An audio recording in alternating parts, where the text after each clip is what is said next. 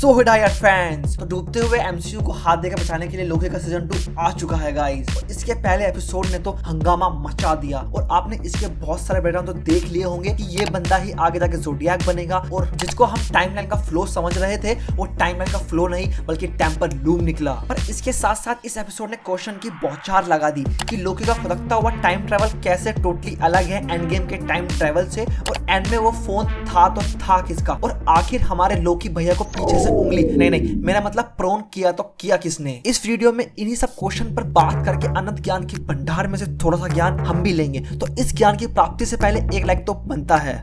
कर दिया। तो पहला क्वेश्चन ये है कि पास्ट के टीवीए के वॉर रूम में कैंग की 5 मूर्त क्यों थी। इस क्वेश्चन को लेकर मेरा ज्ञान ये कहता है कि पास्ट में ये war room councils of the Kang का रूम रहा होगा। तो ये पांचों स्टैचू उन्हीं कैंग्स की होंगी। अगर आप ध्यान से देखो तो ये पांचों स्टैचू में कहीं ना कहीं डिफरेंस है, इनके हेलमेट से लेकर इनकी जो लाइन तक। और दूसरा देखोगे तो यहाँ पर 6 कुर्सियां हैं, 5 हुई पांचों कैंग के लिए और 6ठी रमोना रेंसलेयर के लिए। आखिर प्यार भी तो जरूरी है।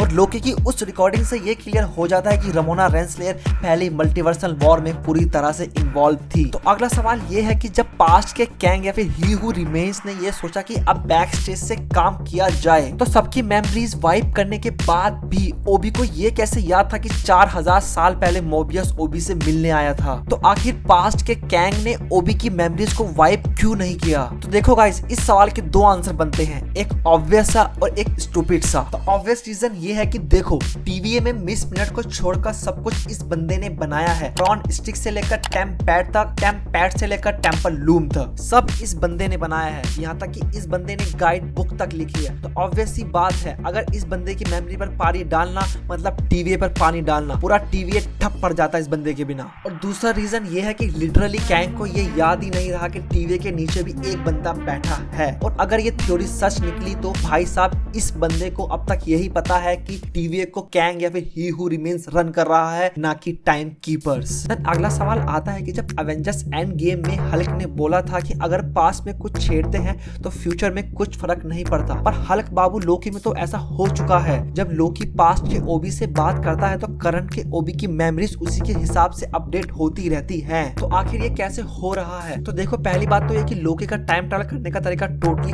अलग है। ये बंदा टाइम ट्रेवल कर नहीं रहा बल्कि इस बंदे के साथ टाइम ट्रेवल हो रहा है। और जैसा हमने एंड गेम में देखा कि पास्ट में कुछ छेड़ने से उसकी एक अलग टाइम ब्रांच बनती है, जो कि यहाँ टीवीए में होना इम्पॉसिबल है। इसीलिए पूरे यूनिवर्स में बस एक ही टीवीए एग्जिस्ट करता है जहाँ पर ये सब लॉज काम नहीं करते जो बाकी यूनिवर्स में काम करते हैं। इसका एग्जांपल आपको सीजन 1 के पेपर वेट्स में देखने को मिला था। तो अगला सवाल निकल कर आता है कि लोकी को इतने परफेक्ट टाइम पर पीछे से किसने प्रोन किया था, और उस टाइम जिस फोन की रिंग बजी थी तो आखिर उस फोन के पीछे था कौन, वो फोन आखिर किया किसने था। तो उसका सिंपल आंसर ये लग रहा है कि मे बी करंट के लोकी को फ्यूचर के लोकी ने ही प्रोन किया होगा, मोस्ट प्रोबेबली एपिसोड 4 या 5 के लोकी ने, क्योंकि फ्यूचर के लोकी को पता था कि कब और कहां करंट का लोकी आने वाला है और उसको अर्जेंट बेसिस पे प्रोन करने की बहुत जरूरत है। तो दूसरा कि भाई फोन आखिर आया किसका था। तो देखो भाई लोग, ये फोन किसी का भी हो सकता है, विक्टर टाइमली का, मॉबियस का,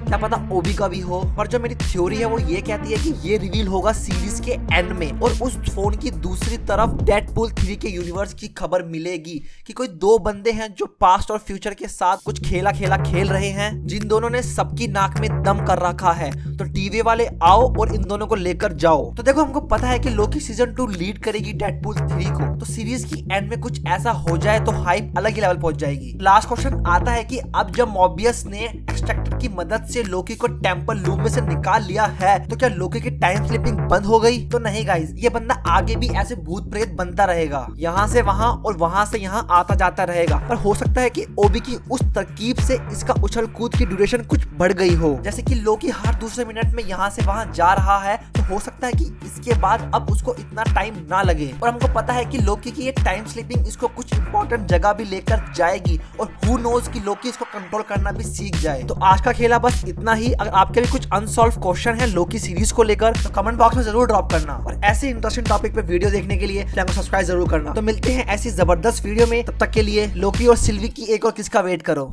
ये क्या बात करता है यार।